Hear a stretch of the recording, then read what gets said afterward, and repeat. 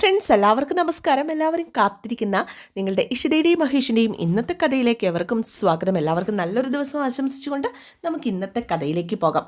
അങ്ങനെ ആദിയുടെ സ്കൂളിലെ കാര്യങ്ങളൊക്കെ പോലീസ് ഇങ്ങനെ അന്വേഷിക്കുകയാണ്. പിന്നെ ഇഷിതയല്ലേ CMO, അവർ ബുദ്ധിപൂർവ്വം നീങ്ങുന്ന ഒരാളല്ലേ, അപ്പോൾ പിന്നെ അങ്ങോട്ടേക്ക് വാറൻറ്റ് കിട്ടത്തില്ല. ഞാൻ രഹസ്യമായിട്ടൊരു അന്വേഷണം അവിടെ നടത്തി നോക്കട്ടെ കേട്ടോ. എന്നാൽ ശരി ജോർജ് എന്നും പറഞ്ഞിട്ട് കോള് കട്ട് ചെയ്യാണ്. ടെൻഷനായിട്ടിരിക്കുന്ന രചനയോട്, താൻ ടെൻഷനാവണ്ട, നമുക്കവനെ കണ്ടെത്താം. കുട്ടികളെ തട്ടിക്കൊണ്ടു പോകുന്ന കാലമാണ്. ആ ഒരു കാലത്ത് എൻ്റെ മകൻ എന്ത് സംഭവിച്ചു എന്ന് അറിയില്ലല്ലോ. എന്തായാലും നമ്മുടെ ആദി കടയിലേക്ക് കയറുവാട്ടോ. കടയിൽ കയറി ഫുഡൊക്കെ തനിയെ ഓർഡറൊക്കെ ചെയ്യുവാണ്. അപ്പോൾ ഇതൊന്ന് മെനു ഒക്കെ നോക്കിയിട്ട് എനിക്ക് കണ്ടിട്ടൊന്നും മനസ്സിലാവുന്നില്ലല്ലോ. മോൻ ഇഷ്ടമുള്ളത് പറഞ്ഞാൽ മതി. അന്നാ നോയിക്കേ, ദേ ആ കുട്ടി കഴിക്കുന്നതിൻ്റെ പേരെന്താ? ഫലൂഡ. നല്ല ടേസ്റ്റാണോ? ഐസ്ക്രീം തന്നെയാണ്, ഒരു വെറൈറ്റി ഉണ്ട്, അത്രേ ഉള്ളൂ. എന്നാ പിന്നെ ഫലൂഡ. ഏത് ഫലൂഡ വേണം? ഏതെങ്കിലും ഫലൂഡ താ. അപ്പോഴേക്കൊരു ഫലൂഡയുടെ പേര് പറഞ്ഞു. അത് മതി. അങ്ങനെ ഫലൂഡ കൊണ്ട് കൊടുത്തു. ഐസ്ക്രീം എടുത്തൊരു ടിന്നിനകത്തിട്ടിട്ട് പേര് ഫലൂഡാന്ന്. ടിന്നിനകത്തൊരു ഗ്ലാസ്സിനകത്തേക്ക് ഇട്ട് കുറേ കളറും വാരി വെച്ചിട്ട് ഫലൂഡാന്ന്. എന്തായാലും ഈ ആദ്യം പുറത്തേക്ക് ഇറങ്ങി പോകാനായിട്ട് തുടങ്ങാണ്. അപ്പം അയാൾ പിടിച്ചു നിർത്തി കടക്കാരൻ. എന്താടോ, കാശ് തരാതെ പോവാണോ? അയ്യോ, കാശോ? എൻ്റെ ഈ കാശൊന്നും ഇല്ല. പിന്നെ എന്തുദ്ദേശിച്ചാ വന്നേ? കാശ് വെച്ചിട്ട് വാ.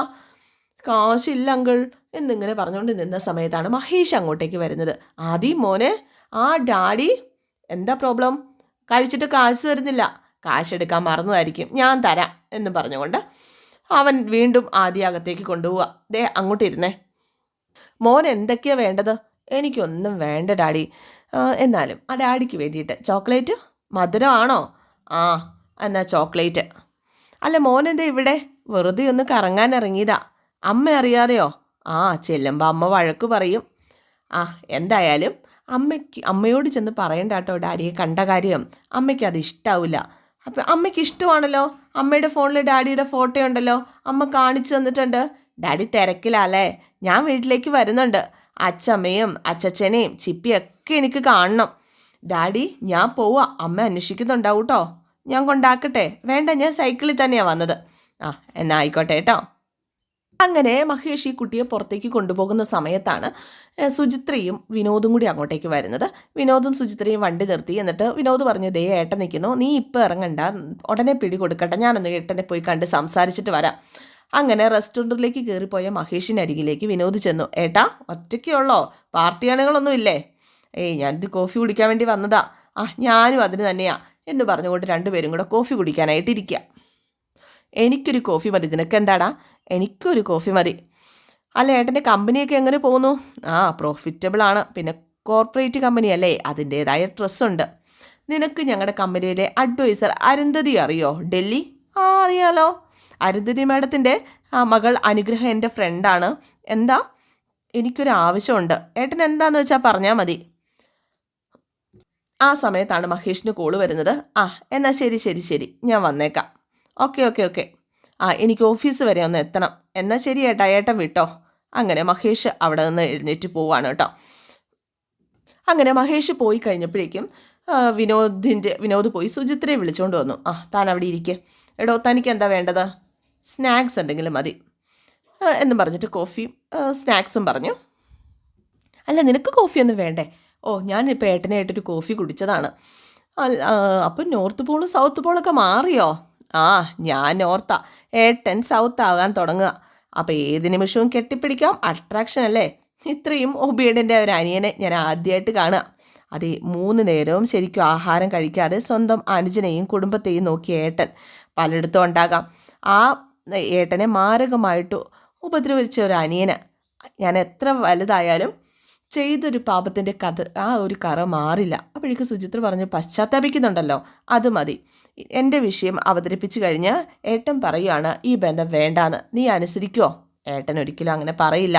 അല്ല, പറഞ്ഞാൽ നിനക്ക് അനുസരിക്കാനേ കഴിയുള്ളൂ അല്ലേ? നീ വിഷമിക്കേണ്ട, ഞാൻ ഒഴിഞ്ഞു തന്നോളാം. ഇനിയും നിങ്ങൾ തമ്മിൽ തെറ്റാൻ പാടില്ല. താൻ എന്താടോ ഓരോന്നും സങ്കല്പിച്ച് ടെൻഷൻ അടിക്കുക? എൻ്റെ വിധി വെച്ച് നോക്കുമ്പോൾ എന്തും സംഭവിക്കാം.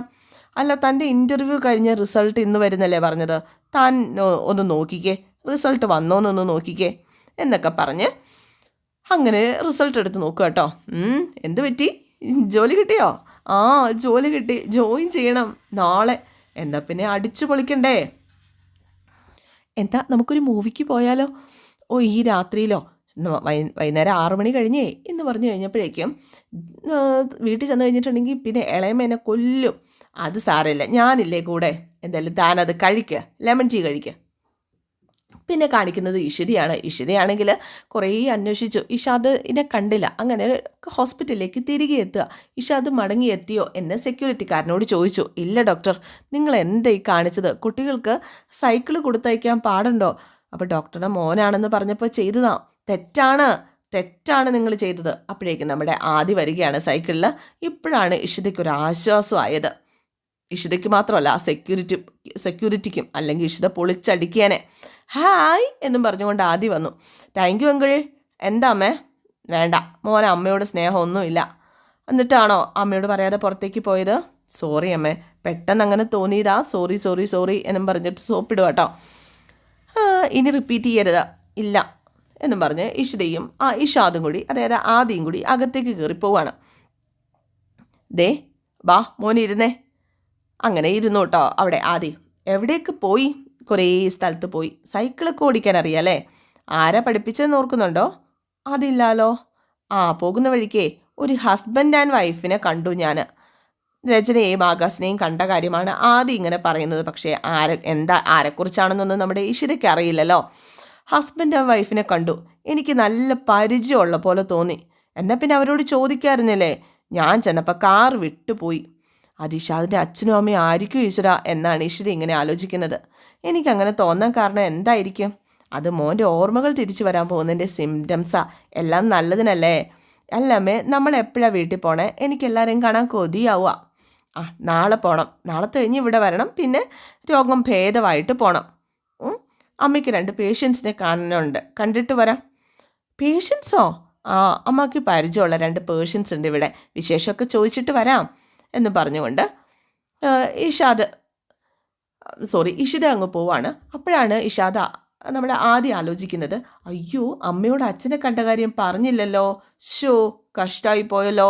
പിന്നെ കാണിക്കുന്നത് മഹേഷാണ്. മഹേഷ് ഓഫീസിലിരുന്ന് ഓരോ വർക്ക് ചെയ്ത് വിവേകിനോട് കാര്യങ്ങളൊക്കെ പറഞ്ഞുകൊണ്ടിരിക്കുകയാണ്. നമുക്കിട്ട് പണിയാൻ വേണ്ടി നോക്കിയിരിക്കുക. എന്തായാലും ഈ കമ്പനി വിറ്റ് കളയാനുള്ള ഒരേ ഒരു കാരണം ആകാശ് മേനോനാണ്. അവൻ കമ്പനി വാങ്ങുമെന്നുള്ള ആ ഒരു പരിപാടിയിലാണ്. ഇടയ്ക്കിടയ്ക്ക് നീ അരുന്ധതി മേഡത്തെ ഒന്ന് റിമൈൻഡ് ചെയ്തേക്കണോട്ടോ എന്ന് ഈ വിവേക് പറഞ്ഞതാണ്. മാത്രമല്ല, നീ വിനോദിനോട് പറഞ്ഞോ കാര്യങ്ങളൊക്കെ? ഇല്ല, പറയണം. പറയാം. ആ സമയത്താണ് അരുന്ധതി കോൾ ചെയ്യുന്നത്. മേഡം വിളിക്കുന്നത്. മാം, ഞങ്ങൾ മാമിൻ്റെ കാര്യം പറയുമായിരുന്നു. കമ്പനിയുടെ കേരള ചാപ്റ്റർ വിൽക്കുന്ന കാര്യമല്ലേ നിങ്ങൾ ചോദിച്ചത്? അത് ഞാൻ നോക്കിക്കോളാം. മഹേഷ്, ഞാൻ വിളിച്ചത് മോള് അനഘ മറ്റന്നാൾ അവിടെ എത്തുകയാണ്. ഞാൻ എയർപോർട്ടിൽ നിന്ന് പിക്ക് ചെയ്തോളാം എന്ന് മഹേഷ് പറഞ്ഞു. ഹോം സ്റ്റേയിലാണ് അവളിപ്പോൾ സ്റ്റേ ചെയ്യുന്നത്. എയർപോർട്ട് നിന്ന് പിക്കപ്പ് ചെയ്യാനായിട്ട് വിനോദിനെ അയച്ചൂടെ? അവർ തമ്മിൽ കുറേ നാളായി കണ്ടിട്ടെന്നാണ് പറയുന്നത്. ശരി, ഞാൻ അവനെ അയച്ചോളാം. എന്തായാലും അനുഗ്രഹയെ പരിപാലിക്കുന്നത് പോലെ ആയിരിക്കും അരുന്ധതി മേഡത്തിൻ്റെ അടുത്ത പരിപാടി എന്ന് മഹേഷ് ഇങ്ങനെ പറയുകയാണ് വിവേകിനോട്. ഈ വരുന്ന അനുഗ്രഹയാണോ അനഘയാണോ? അനുഗ്രഹം എന്ന് ഇടയ്ക്ക് പറയുന്നത്, അനഘാന്ന് ഇടയ്ക്ക് പറയുകയും ചെയ്തു. അറിഞ്ഞുകൂടാ. എന്തായാലും ആ പെൺകുട്ടി നമ്മുടെ സുചിത്രയ്ക്കൊരു പാരയാവാൻ ചാൻസ് ഉണ്ടോ എന്നൊരു സംശയമില്ലാതില്ല. എന്തായാലും വിവേക് അങ്ങ് പോയി കഴിഞ്ഞപ്പോഴാണ് നമ്മുടെ മഹേഷിന് ഇഷിതയുടെ കോള് വരുന്നത്. എന്താ തിരക്കിലാണോ എന്ന് ഇഷിത ചോദിച്ചപ്പോഴേക്കും, ഏത് തിരക്കാണേലും ഞാനത് ഒഴിവാക്കുമല്ലോ തൻ്റെ കളമൊഴി കേൾക്കാനായിട്ട്. ഓഹോ, എന്താ സോപ്പ്! ഞാനൊരു കളയാണെന്നാണോ ഉദ്ദേശിച്ചത്? ഒരാളെ സ്നേഹിക്കാൻ കച്ച കെട്ടി ഇറങ്ങിയാലും സമ്മതിക്കില്ല എന്ന് വെച്ചാൽ എന്താ ചെയ്യുക എന്ന് മഹേഷ് ചോദിക്കുക. അപ്പോൾ ഇഷിത ചോദിച്ചു, ഇന്നവിടെ പണിയൊന്നും ഇല്ലേ?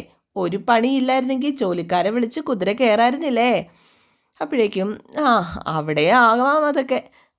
ചൊറികുത്തൽ ഇവിടെ എന്ന് ഇഷിത പറഞ്ഞു. പിന്നെ ഞാൻ വിളിച്ചതേ എൻ്റെ പേഷ്യൻ്റ് ഇല്ലേ, ഇഷാദോ? അവനെ നാളെ വീട്ടിലേക്കൊന്ന് കൊണ്ടുവരട്ടെ. നാളെ മഹേഷ് കുറച്ച് സമയം അവനുമായിട്ടൊന്ന് ഫ്രീ ആകാവോ? തൻ്റെ മകനാവുമ്പോൾ എൻ്റെയും മകനായില്ലേ, ഒരുപാട് അങ്ങ് സുഖിപ്പിക്കില്ലേട്ടാ എന്ന് ഇഷിത പറഞ്ഞപ്പോഴേക്കും മഹേഷ് ചിരിച്ചു. എന്നാ ഫിക്സ്ഡ് എന്ന് പറഞ്ഞ് കോള് കട്ട് ചെയ്തു. എന്തായാലും നമ്മുടെ ആകാശ് ഏർപ്പാട് ചെയ്ത പ്രൈവറ്റ് ഡിറ്റക്റ്റീവ് അന്വേഷിക്കുകയാണ്. ആദി അന്വേഷിച്ചു. ആദി ഇപ്പോൾ ആദ്യം ഒരു ആക്സിഡൻറ്റ് പറ്റിയതാണ്. ആ കാറ് ആരുടെയാണെന്ന് വെച്ചാൽ ആകാശിൻ്റെ ആണ് എന്ന് ആ ഒരു ഡിറ്റക്റ്റീവ് കണ്ടെത്തിയിട്ടോ. സാറിൻ്റെ കാറ് തന്നെയല്ലേ ആ കുട്ടി ഇടിച്ചത്. ഇപ്പം ആദ്യം എവിടെ എന്നിങ്ങനെ ചോദിച്ചു കഴിഞ്ഞപ്പോഴേക്കും ആദ്യം എവിടെയാണെന്നറിയില്ല, ആ കുട്ടി എവിടെയാണെന്നറിയില്ല, ചിലപ്പോൾ ആക്സിഡൻറ്റ് പറ്റി ആരെങ്കിലും എടുത്തുകൊണ്ട് പോയതായിരിക്കാം, നിങ്ങൾ അതുകൂടി ഒന്ന് അന്വേഷിക്കുക, എൻ്റെ കാറാണെന്ന് പുറത്ത് പറയരുത് എന്ന് രഹസ്യമായിട്ടൊക്കെ സംസാരിച്ചുകൊണ്ട് ഇങ്ങനെ നിൽക്കാട്ടോ. അപ്പോഴേക്കും രചന വന്നു. പെട്ടെന്ന് കോള് കട്ട് ചെയ്തു കേട്ടോ. ആകാശ്, ആദിയെക്കുറിച്ച് അന്വേഷിക്കണ്ടേ? ഇവിടെ അത് വിട്ടില്ലേ എന്നാണ് ആകാശ് ആലോചിക്കുന്നത്. എന്താ ആകാശ് ഒരു താല്പര്യമില്ലാത്തതുപോലെ? ആകാശ്, എൻ്റെ ഏക ആശ്രയം അവനാണ്. ഞാൻ അന്വേഷിക്കാഞ്ഞിട്ടാണോ? അവൻ സ്കൂളിലുണ്ടെന്ന് പറഞ്ഞില്ലേ? അന്വേഷിക്കാൻ ഞാനൊരു പ്രൈവറ്റ് ഡിറ്റക്റ്റീവ് ഏജൻസിയെ ഏൽപ്പിച്ചിരുന്നു. അവർ ഊട്ടിയിലെ സ്കൂളിലാണ് അന്വേഷിച്ചത്. അവൻ അവിടെ ഉണ്ട് എന്നൊക്കെ പറയാം. അവരിപ്പോൾ കോള് വിളിച്ച് വെച്ചതേ ഉള്ളൂ. എന്നാൽ പിന്നെ സ്കൂളിൽ എൻ്റെ ഫോൺ വിളിച്ചിട്ട് തരാത്തത്? സൺഡേ അല്ലേ, നമുക്ക് അപ്രോച്ച് ചെയ്യാം. ഇന്നലെ അല്ലായിരുന്നു ആകാശ് സൺഡേ? ഞാൻ വിളിച്ചു, അവർ പറഞ്ഞു മോൻ പിക്നിക്കിലാണെന്നൊക്കെ. എനിക്കിതൊന്നും വിശ്വസിക്കാൻ പറ്റുന്നില്ല ആകാശ്. ആദ്യ പിക്നിക്കിലാണ്, അത് ഞാൻ ഏർപ്പാട് ചെയ്ത ഏജൻസിയും പറഞ്ഞതാണ്. Never Akash, never. മഹേഷും അവനുമായിട്ടുള്ള വീഡിയോ, ഫോട്ടോസ്, ഇതിലെവിടെയൊക്കെയോ ദുരൂഹതയുണ്ട്. എനിക്ക് പറ്റില്ല എൻ്റെ മകനെ ഇല്ലാണ്ടാക്കാനായിട്ട്. മഹേഷിൻ്റെ കസ്റ്റഡിയിൽ തന്നെയുണ്ട് എൻ്റെ മകൻ. എടോ, പോലീസ് അന്വേഷിച്ചില്ലേ? പോലീസിൽ പറഞ്ഞില്ലേ നമ്മൾ? പിന്നെന്താ താൻ ഇങ്ങനെയൊക്കെ പറയുന്നത്? എനിക്കൊന്ന് ഊട്ടി പോകണം, എനിക്ക് അവനെ ഒന്ന് കാണണം. ശരി, നാളെ ഞാൻ പോയിട്ട് വരാം. പറ്റില്ല, ഞാനും വരാം. എന്നെ വിശ്വാസമില്ലാഞ്ഞിട്ടാണോ? അല്ല ആകാശ്, എനിക്ക് എൻ്റെ മോനെ ഒന്ന് കാണണം. അപ്പോഴാണ് ജോർജ് അങ്ങോട്ടേക്ക് വരുന്നത്. ഇതാര് ജോർജോ എന്നൊക്കെ ചോദിച്ചുകൊണ്ട് രചനയും ആകാശവും ഇറങ്ങിച്ചെല്ലാണ്. എന്തായി എൻ്റെ മോൻ്റെ അന്വേഷണം? മാഡം, ടെൻഷൻ വേണ്ട, നമുക്ക് കണ്ടുപിടിക്കാം. ഞാനും എൻ്റെ ടീമും മഹേഷിൻ്റെ വീട് സെർച്ച് ചെയ്തു. അവിടെയൊന്നും ആദിയില്ല, ഉറപ്പായി. ഞാൻ സെർച്ചിങ്ങിന് ഒരു മഫ്തി പോലീസുകാരനെ അവിടെ ഡ്യൂട്ടി കിട്ടിയിട്ടുണ്ട്. അയാളുടെ റിപ്പോർട്ടിൽ പറയുന്നത് ആദ്യം അവിടെയൊന്നും ഇല്ലയെന്ന് തന്നെയാണ്. ഇത് കേട്ട് രചന ആകെ സങ്കടപ്പെട്ട് കരയാണ്. എന്തായാലും ഒരാഴ്ച നോക്കട്ടെ, ആദ്യം അവിടെ വരുമോ ഇല്ലയോ എന്ന് അറിയത്തില്ലല്ലോ. എത്രയും പെട്ടെന്ന് അന്വേഷിക്കേണ്ടത് ഊട്ടി സ്കൂളിലാണ്. അപ്പോൾ അവിടെ വിളിക്കുമ്പോഴൊക്കെ മോനുണ്ടെന്ന് തന്നെയാണ് പറയുന്നത്. പക്ഷേ മോനെ ഫോണിൽ തന്നില്ല. തമിഴ്നാട് പോലീസുമായിട്ട് കോൺടാക്റ്റ് ചെയ്യണമെങ്കിൽ പറഞ്ഞാൽ മതി, ഞാൻ ചെയ്തോളാം. അപ്പോൾ ആകാശ് പറഞ്ഞു, വേണ്ട ജോർജെ, ആദി അവിടെ ഉണ്ടെന്നാണ് സ്കൂളിലുള്ളവർ തീർത്ത് പറയുന്നത്. ഈ സമയത്ത് നമ്മളൊരു പരാതിയൊക്കെ കൊടുത്താൽ അത് സ്കൂളിനെതിരായിട്ടായി ആവൂലേ? ആകാശ്, ശരി, ഒരു ആക്സിഡൻറ്റ് റിപ്പോർട്ട് ചെയ്യപ്പെട്ടിട്ടുണ്ട് 4 ദിവസങ്ങൾക്ക് മുമ്പ്. ഇത് കേട്ട് രചന ഞെട്ടു കേട്ടോ. 4 ദിവസം മുമ്പാണല്ലോ ആദ്യം ഇവിടുന്ന് പോയത്. നമ്മുടെ പാരകൻ ജംഗ്ഷനിൽ ഒരു കുട്ടിയെ കാറിടിച്ചു എന്നാണ്. ആക്സിഡൻറ്റോ എന്ന് ചോദിച്ചുകൊണ്ട് നമ്മുടെ രചന ആകെ പേടിക്കുക. ആകാശം പേടിക്കുവാണ്. കുട്ടിയെ ഐഡൻറ്റിഫൈ ചെയ്തിട്ടില്ല. എനിക്ക് ഒരു നേരിയ സംശയമുണ്ട്, അതാണ് ഞാൻ ഈ കാര്യം പറഞ്ഞത്. ജോർജ്, എവിടെയാണ് ആക്സിഡൻറ്റ്? അതിനാദ്യമായിട്ട് എന്താ ബന്ധം എന്നിങ്ങനെ ചോദിക്കുക. നിങ്ങൾ എന്തൊരു പോലീസാണ് ഹേ? അതല്ല, എല്ലാം അന്വേഷിക്കണമല്ലോ, അതുകൊണ്ടാണ്. രചനയോഗ സങ്കടപ്പെട്ട് പാനിക്കാവുകയാണ്. ഞാൻ 2 പേരുടെയും ഫോണിൽ അതിൻ്റെ വീഡിയോസ് അയച്ചിട്ടുണ്ട്. പേടിക്കുക കേട്ടോ നമ്മുടെ ആകാശ്. അങ്ങനെ പെട്ടെന്ന് ഫോൺ എടുത്ത് നോക്കുകയാണ് രചന. എന്തായാലും ആക്സിഡൻറ്റ് നടക്കുന്നതിൻ്റെ വീഡിയോ ഉണ്ട് കേട്ടോ. അതായത് ആദ്യം തന്നെയാണ് ആ കാർ ഇടിക്കുന്നതെന്ന് വ്യക്തമായിട്ട് ആ ഒരു വീഡിയോയിൽ നമ്മുടെ രചന കാണുകയാണ്. പക്ഷേ കാർ ഇടിച്ചത് കണ്ടു, ആദ്യമാണെന്ന് പറഞ്ഞു.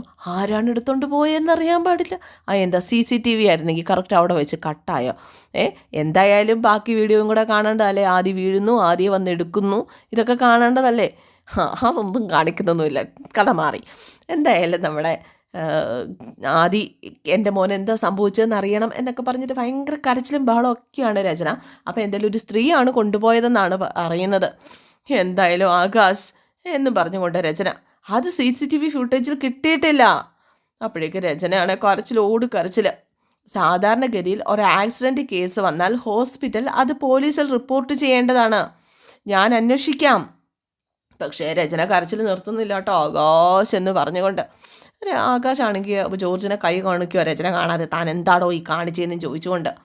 രചന സമാധാനമായിട്ടിരിക്കുക, ഒന്നും സംഭവിച്ചിട്ടില്ല, എന്നാൽ ഞാൻ പോവുക എന്നും പറഞ്ഞുകൊണ്ട് ജോർജ് അവിടെ നിന്ന് പോയിട്ടോ.